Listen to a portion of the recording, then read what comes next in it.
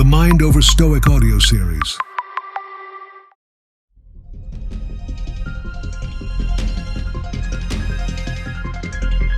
Welcome to a new Mind Over Stoic audio series, where we delve into true crime stories that highlight remarkable resilience and mental fortitude. I'm your host, Valentino, and today we embark on a journey through one of the most chilling and enduring mysteries in American criminal history. As we unfold this dark chapter of history, we'll reflect on how Stoic principles of endurance, rationality, and acceptance can guide us through even the most daunting challenges. So, sit back as we take you into the heart of a mystery that still haunts us today. This is Unbreakable, Enduring the Shadows, the Zodiac Killer.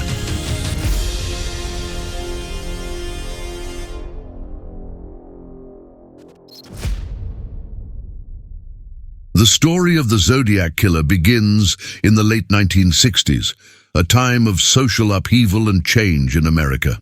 But in the picturesque and seemingly serene communities of Northern California, a series of brutal murders would soon shatter the peace and instill a sense of pervasive fear. The Zodiac Killer's reign of terror officially began on December 20th, 1968, with the horrific murder of high school students Betty Lou Jensen and David Faraday on a remote road in Benicia, California. This was only the beginning. Over the next few years, the Zodiac would claim responsibility for at least 5 confirmed murders, though he would boast in his cryptic letters that the true number was far higher. The victims varied in age and background, but the brutality of the crimes and the calculated nature of the attacks were a constant. The Zodiac's weapon of choice ranged from a 9mm semi-automatic pistol to a knife, and his attacks occurred in seemingly random, isolated locations, lovers' lanes, secluded parks, and quiet streets. What made the Zodiac truly terrifying was not just his violent acts, but his taunting letters sent to local newspapers. Zodiac, a symbol that now stands for terror in San Francisco. These letters contained cryptic ciphers, ominous threats, and detailed accounts of his crimes, each letter signed with a chilling symbol, a crosshair-like circle with intersecting lines. The Zodiac's messages were designed to create chaos and fear, not just in the victims' communities, but throughout the entire region. For those living in Northern California during this time, the fear was palpable. Parents kept their children indoors, young couples avoided secluded areas, and a dark cloud of uncertainty loomed over the community. But despite the terror, life had to go on. People had to find ways to endure and carry on with their daily lives, even as the Zodiac's shadow loomed large. Brian Hartnell, a survivor of one of the Zodiac Killer attacks. Brian was a 20-year-old resident of California's Napa County, described as lively, cheerful, and always willing to help others. He had great aspirations for the future. On September 27, 1969, he decided to spend the day with his longtime friend, Cecilia Ann Shepard, at Lake Berryessa in Napa County. While enjoying a quiet afternoon by the lake, they were approached by a masked gunman claiming to have escaped prison and needing a car to drive to Mexico. Despite Brian offering his wallet and car keys, the man showed no interest. Instead, he chatted calmly before suddenly restraining the couple with a clothesline and attacking them with a knife. Oh my God, he has a gun. Don't move. I want your money and your car keys. Okay. Okay.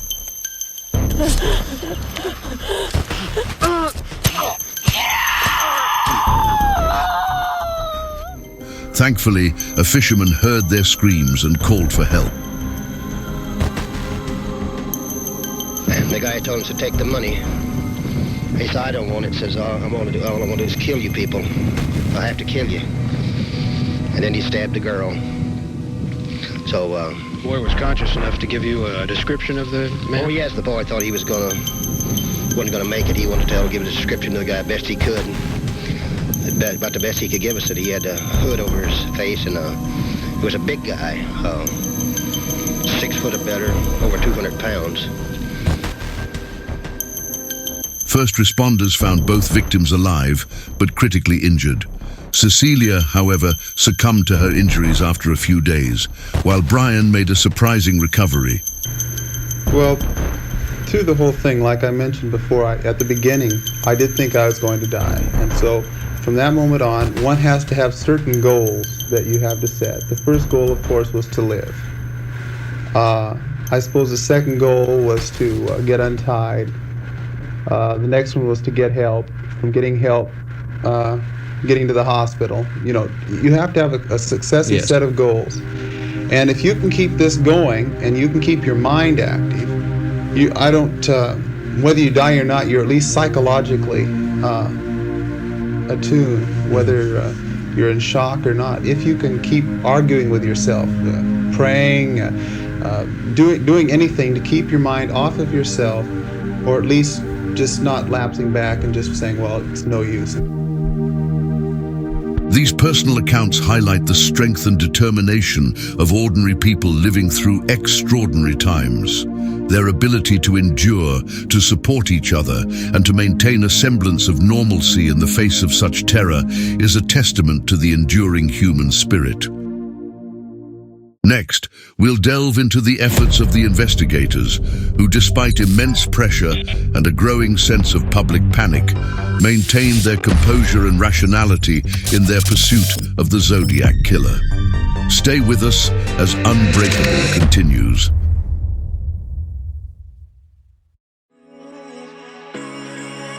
Hi, I'm Victoria.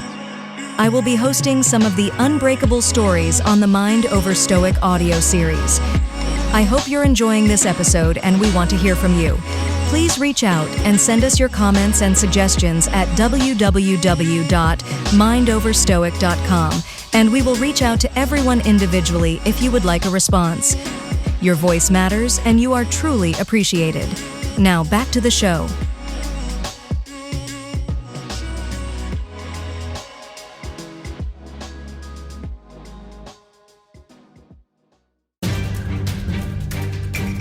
As the Zodiac Killer's reign of terror continued, the pressure on law enforcement and investigators intensified. With each new letter and every unsolved murder, the public's fear and frustration grew. A search goes on in San Francisco for the man known as the Zodiac Killer.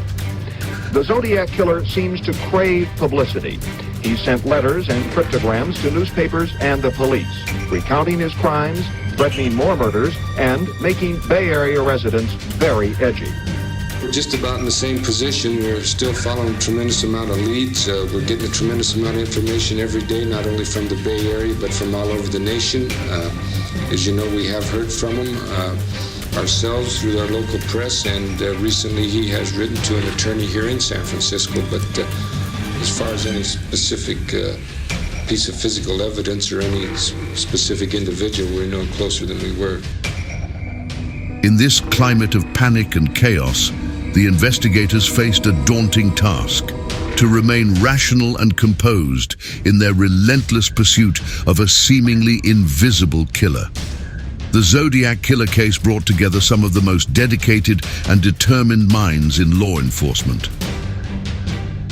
Detectives from the San Francisco Police Department, the Vallejo Police Department, and the Napa County Sheriff's Office, among others, collaborated in their efforts to catch the elusive murderer.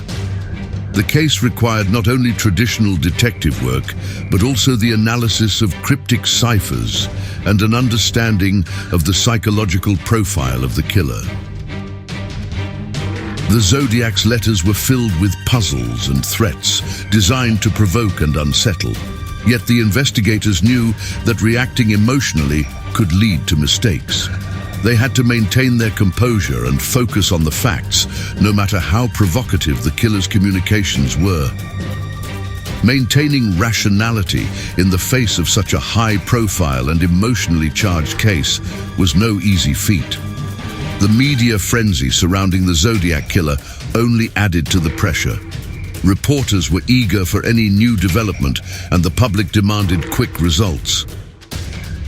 In this environment, the detectives' commitment to Stoic principles of rationality and emotional control became crucial.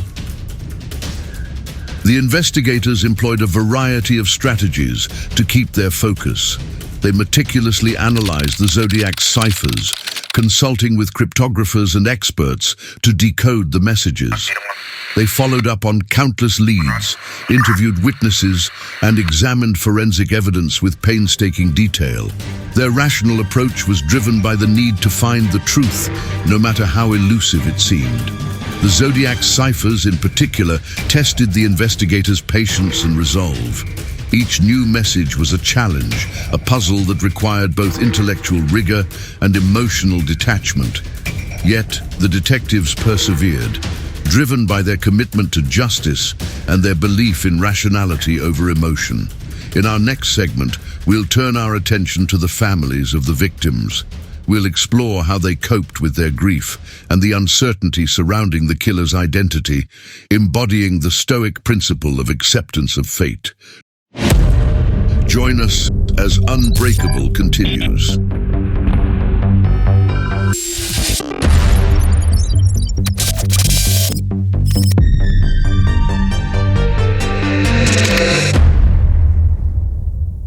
The shadow cast by the Zodiac Killer extended far beyond the immediate victims and their communities. The families of those who were murdered faced a unique and devastating grief, compounded by the uncertainty and horror of not knowing if justice would ever be served. In this segment, we explore the Stoic principle of acceptance of fate and how these families navigated their sorrow and the enduring mystery of the Zodiac Killer.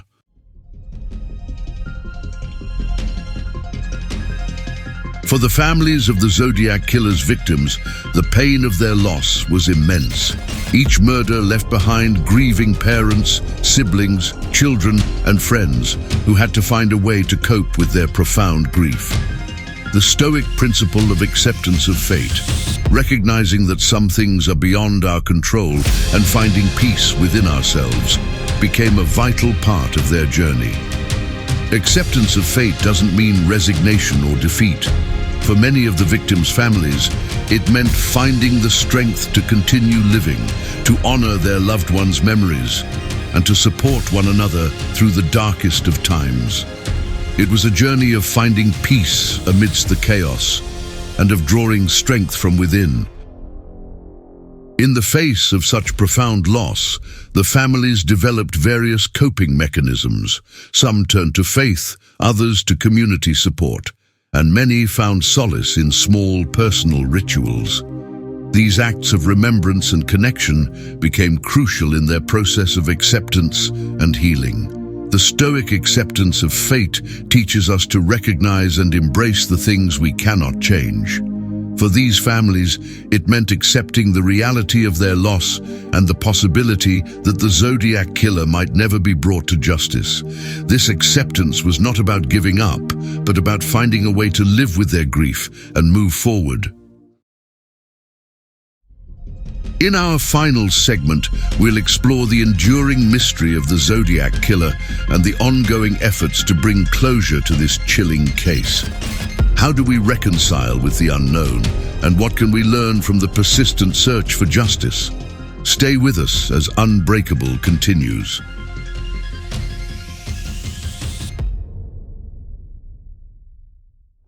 Are you looking to gain clarity and focus? Ancient wisdom meets modern challenges on the Mind Over Stoic audio series. Informative and inspirational yet concise episodes on Greek philosophy are sure to help you overcome life's obstacles so you can thrive in today's ever-changing world. Subscribe now on your favorite podcast app and start transforming your life. The Mind Over Stoic. See you there.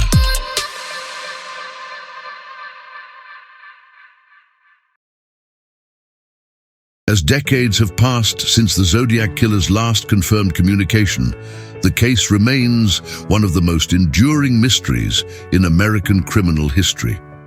Despite the relentless efforts of investigators, the identity of the Zodiac Killer has never been definitively confirmed. In this final segment, we explore the ongoing search for the truth and the Stoic acceptance of the unknown. Over the years, advancements in forensic science, renewed investigative efforts, and the dedication of amateur sleuths have kept the search for the Zodiac's identity alive. The quest for answers continues, driven by a relentless pursuit of justice and a desire to provide closure for the victims' families. Advancements in DNA technology have provided new avenues for investigation. In recent years, cold case units have re-examined evidence with modern techniques, hoping to find the breakthrough that has eluded investigators for so long. The persistent efforts of both professionals and amateurs alike underscore the enduring impact of the Zodiac case on the collective consciousness. The quest for the Zodiac Killer's identity is a testament to human persistence and the desire for justice. Yet as time passes, the possibility that the killer may never be identified becomes more likely. This brings us to the Stoic principle of accepting what we cannot change and finding peace with the unknown. Stoicism teaches us that there are things beyond our control, fate, the actions of others, and sometimes the answers we seek. Accepting this uncertainty does not mean giving up the pursuit of truth, but rather finding a way to live with the possibility that the full story may never be revealed. The acceptance of the unknown is a profound aspect of the human experience. For the families, investigators, and those captivated by the Zodiac case, it means finding a balance between the relentless search for answers and the peace that comes with acceptance. It is a testament to the resilience of the human spirit and the power of Stoic philosophy.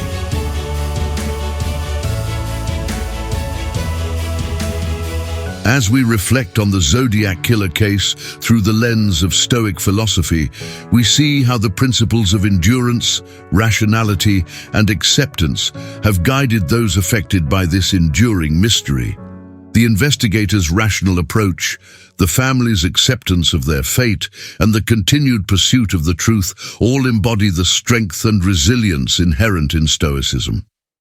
The story of the Zodiac Killer is not just one of fear and violence, but also one of human perseverance and the enduring quest for justice.